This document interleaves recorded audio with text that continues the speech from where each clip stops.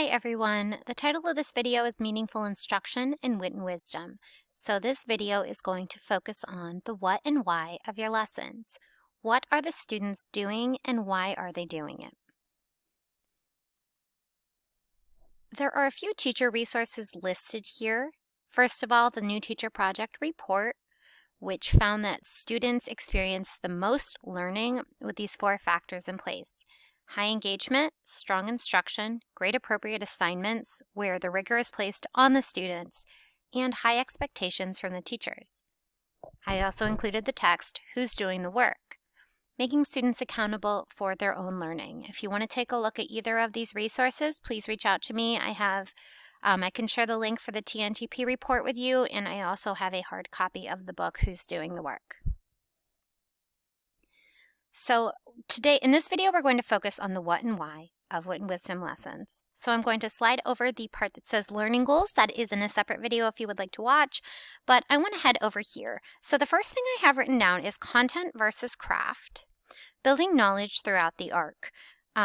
We are all, I think, very aware of the content stages: wonder, organize, reveal, distill, and know. Wit and Wisdom teachers, I think we are all pretty proficient with those content stages, knowing what the expectations are for the students, knowing the mental demands on the students are the greatest in those reveal, distill stages, and the wonder is very, low floors, high ceilings for the students. You've probably made a lot of different adjustments to your notice and wonder procedure, also your know stage where the students have to access the learning that they've done, verbalize it or write it, and then connect that learning to other learning throughout the module. What I really want to look at is the craft stages. So let's head over to a module map and take a look at that. I headed over here to the Great Minds website. I'm going to sign in. And I am going to choose grade 4. I will pick this. So the craft stages were a bit of a mystery to me for a while. Almost every lesson has craft stages attached. The craft stages follow a sequence just like the content stages. They're the 4 E's: examine, experiment, execute, and excel.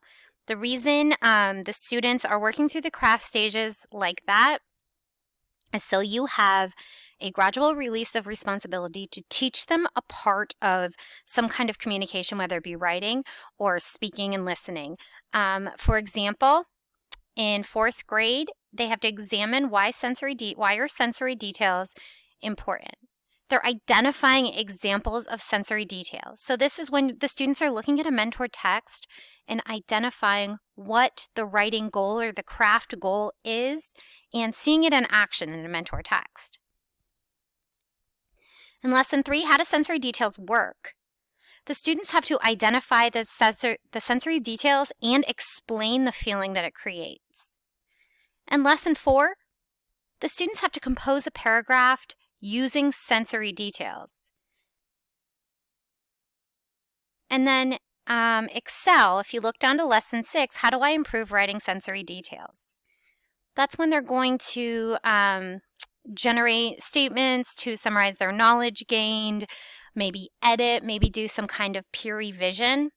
So that was just a great glimpse in looking at how those stages build on each other. And considering, I would not be able to jump in lesson 4. I'm sorry, is it lesson 4? Yes, lesson 4, where the students have to compose a narrative paragraph to describe a moment in time using sensory detail. You can't hop in there without spending the time going through the examine and experiment content stages.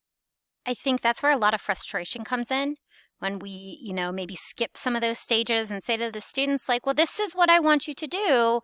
You need to do it, but without having worked through that gradual release of responsibility, giving them time to observe a mentor text, discussing why it's important, you're really expecting them to do a lot without necessarily providing that strong instruction. And that's where, students may experience failure and you're not going to get as strong of a product. I headed back over to my dashboard, my library, to take a look at this in a lower grade. So I'm going to pick grade 2. Let's look at Module 3, our module map. And let's look at our craft questions. There is no craft question in the first 2 lessons. I noticed those are wonder lessons where they have to read the text for the first time, and Ruby Bridges and Martin Luther King Jr. So I know, based on my knowledge of the content stages, you're spending time developing, building an understanding of the content of the module. That's what the kids are doing. They're doing it so that as they move forward into the module, they have some background knowledge. You'll notice in a lot of the modules, the craft stages start to pick up later in the module. There's a reason that Great Minds developed it that way. You have to have the knowledge to be able to write about it. So you have to spend that time building that knowledge before you're asking them to then communicate their learning. So let's see. I'm going to head down to the second craft stage. Maybe I'll go a little bit further. Okay, here's a great one. So much of this module includes either biographies, narratives. So the craft question, starting in focusing question arc 3, why are first-person narratives important? Your learning goal, answer questions about historical photographs, ask and answer questions about Ruby Bridges. Looking down, how does writing a first-person narrative work? And your learning goal is to understand and recount the narrative elements of a text. So the students are slowly building understanding of a first-person narrative. They've examined this text, and now they're looking at understanding the different pieces of a narrative. I hope you recognize the difference between that and saying, I want you to write a first-person narrative without going through those stages and working through it in order. Execute. How do I write a first-person narrative? And the students then write their first-person narrative. And for the Excel, how do I improve my first-person narrative with temporal words? So as you can see, even in second grade, they're working through these stages, building a shared understanding, and then being asked to execute a task, and then revise it and make it a stronger piece of writing. So if the craft stages are something that you need to build your understanding of, I'm going to ask that is your self-directed study focus, that you're going to really be purposeful in working through those craft stages with your students to improve their writing. Heading back over to my slideshow, the second part of this is student groupings. Let me preface this by saying I know that student groupings have had to be modified because of social distancing, because of virtual instruction, so many different reasons. But what I want us to do is look at what the student groupings are for different parts of the instruction in Wit and Wisdom. Consider why these student groupings are put into place, and then consider how you can keep the integrity of using student groupings and allowing them to collaborate even while being socially distanced. All right, I headed into grade 5, and I'm going to go to module 3. Being really aware and informed about the content stages also helps you make decisions about student groupings. I'm going to tell you on those wonder lessons, which for some reason this module doesn't start with, but those wonder lessons, those are usually a lot of whole group. Your organize is when the students are going to be able to have a little bit more opportunity to work in pairs, work individually, because that's when they're literally demonstrating understanding of the story. And then your reveal, that may need some direct instruction along with some collaboration. So being aware of those content framing questions and those content stages is a great place to start when considering student groupings. So I see that they begin their text in lesson 6, their core text. They use supplementary text ahead of that.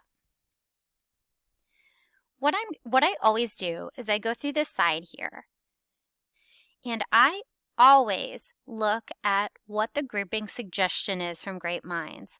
And then I consider what is the grouping and why is it grouped like that? The students are in pairs. They need to flip through the text, noticing and wondering about the photographs that they come across. And then I want you to look at this. Look at these sentence frames. I agree with what you said. What you just said makes me think. I noticed something different. Do those look familiar to you? I recognize those from the Socratic seminars. So think about what a great low-stakes opportunity this is for the students to be using those words to communicate with each other in a pair just when doing a notice and wonder. You're really building that practice of using these sentence frames in a very low-stakes environment.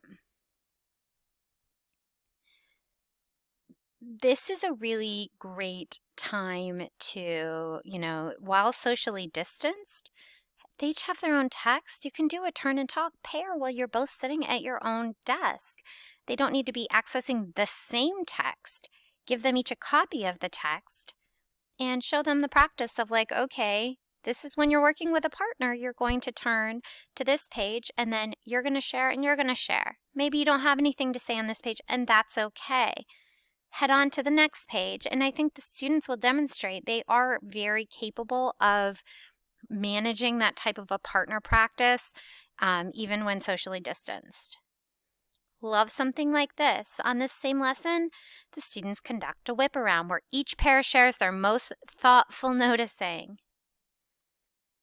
I'm going to head down. Learn, it's whole group. Read to notice and wonder, whole group. Again, with these wonder lessons, so much of it is done whole group. But I want you to recognize at the beginning, they were working in pairs. They're writing. That's an individual activity. I'm heading to the next lesson. Read to organize ideas. This is in pairs. Analyze an author's point and evidence. This is in pairs. Examine, whole group. So be very mindful of how Wit and Wisdom groups the students and consider if you're going to change it, why they group the students that way and how you can substitute something else that has the same purpose. For example, when you're in pairs, that's for that collaboration. That's the chance to get every voice heard. Doing that in whole group is absolutely not going to have the same effect. If it's something they should be doing individually, that's something they need to be doing individually.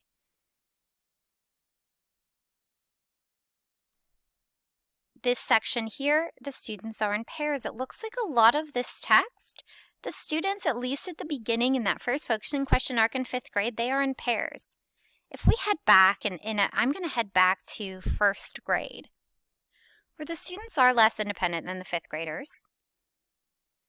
Let's take a look. We will do, this is Gilberto. They're noticing details. They're starting in pairs. Whole group, pairs again, pairs. This really mirrors what the experience is in 5th grade. Story elements is whole group, but retelling is within pairs of students. So if you're someone that maybe with the shifting environment has kind of modified your instruction to eliminate some of those student groupings, I really encourage you to make it a purposeful goal of yours to utilize the grouping instructions given in Wit and Wisdom. That would be a fantastic opportunity for your students to demonstrate their learning to each other and take on a lot of that ownership.